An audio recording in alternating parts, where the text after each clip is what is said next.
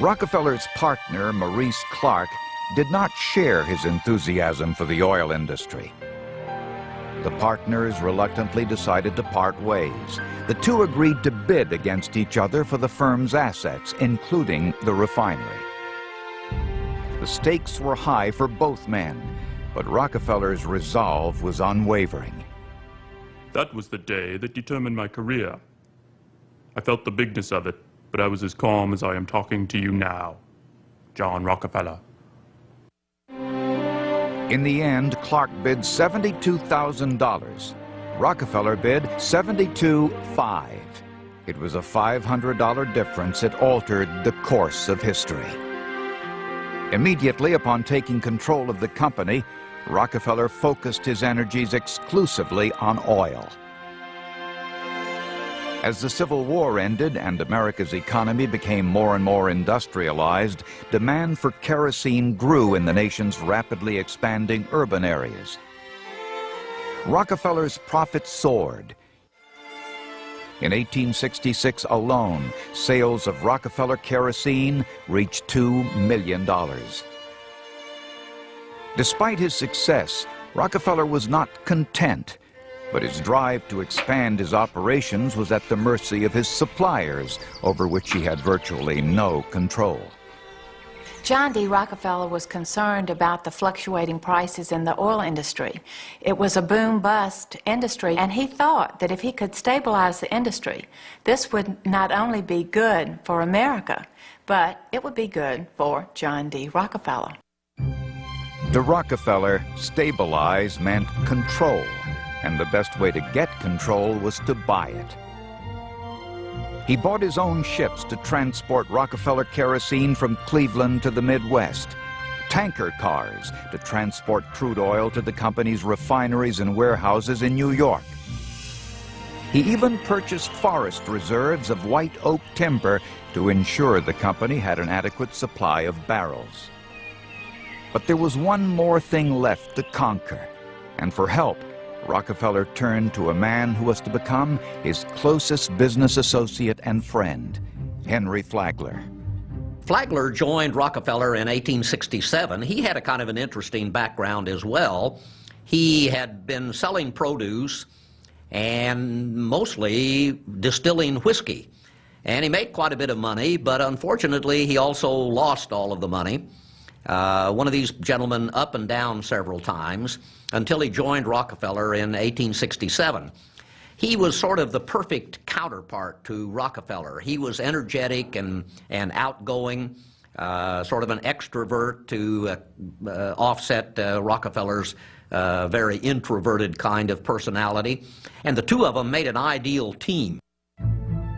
Together, Rockefeller and Flagler were determined to protect the oil industry and themselves from the chaos of economic uncertainty.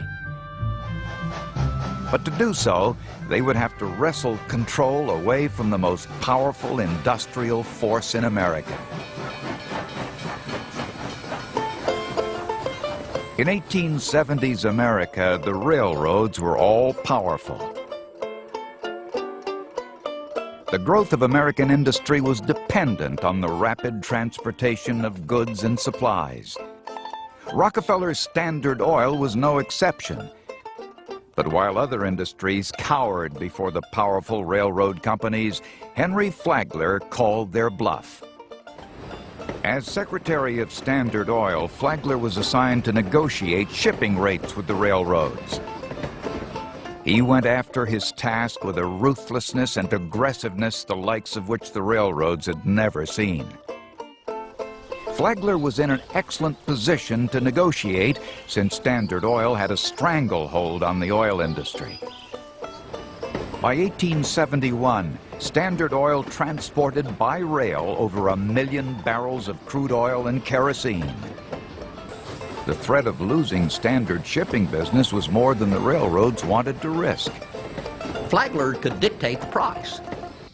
If he wanted a rebate from the railroad so that he would have a competitive advantage, all he had to do was tell them that he was not going to pay their price. He was going to pay only something less. If they didn't like that, they could go to some other refiner. The problem was there weren't any other refiners. Their relationship with the railroads gave Standard Oil an incredible competitive advantage in the petroleum market. Rockefeller's competitors were faced with a stark choice: sell out to Standard Oil or go bankrupt. There was a pressure brought upon my mind and upon almost all citizens of Cleveland engaged in the oil business that we were virtually killed as refiners. If we did not sell out, we should be crushed. John Alexander, President, Schofield and Company. To Rockefeller, it didn't matter how his competitors or even the public viewed Standard's business practices. When one rival complained to the oil tycoon that he did not wish to sell, Rockefeller replied bluntly, You can compete with Standard. We have all the large refineries now. If you refuse to sell, it will end in your being crushed. By April 1872, Standard Oil had acquired or absorbed 21 other refining firms in the Cleveland area alone.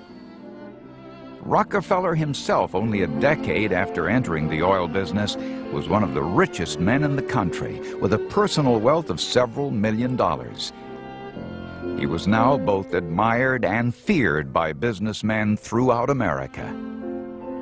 It's interesting to try to figure out how much money he made and how much he accumulated. I think the answer is that at the time, not even Rockefeller knew, because the money was literally coming in faster than he could count it. I think comparing a Rockefeller to a Bill Gates is probably a good example, because Gates' personal wealth now is in excess of $10 or $15 billion, and that's so far beyond what an average American worker makes today. I think very much an average American worker of the 1890s or the turn of the century probably would have seen Rockefeller in the same terms, because his wealth was certainly in the hundreds of millions, perhaps even approaching $1 billion. So way, way ahead. An average American production worker, a factory worker at the turn of the century might be making, depending on his skill level or her skill level, might be making $5, $10, $12 a week. So $500 or $600 a year was considered a decent living for an average industrial worker in America, comparing that with a fortune worth hundreds of millions. So the gap is similar, and I think Americans saw these so-called robber barons as people, in effect, living in a whole other world. I mean, their whole standard of living was just, it couldn't even be compared in some ways. The gap was so great. The future growth of Standard Oil seemed limitless. But forces were gathering that would soon threaten the mighty empire and its king.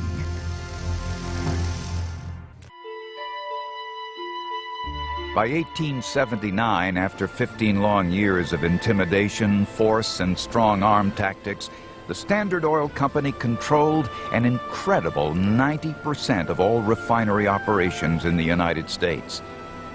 But Rockefeller's overwhelming power caused some Americans to fear that the free enterprise system was in danger.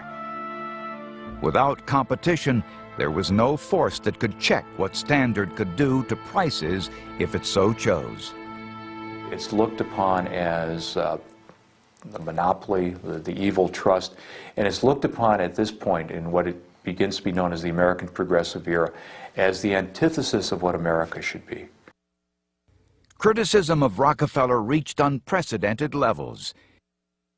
His enemies proclaimed that Standard Oil was legally chartered only in Ohio, and that under the laws of the time the company had no right to own refineries or warehouses in other states.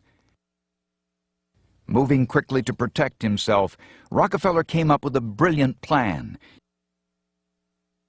In 1882, he organized the Standard Oil Trust. The trust is a legal form of business organization, and in the latter part of the 19th century, it was the mechanism by which monopolies were created.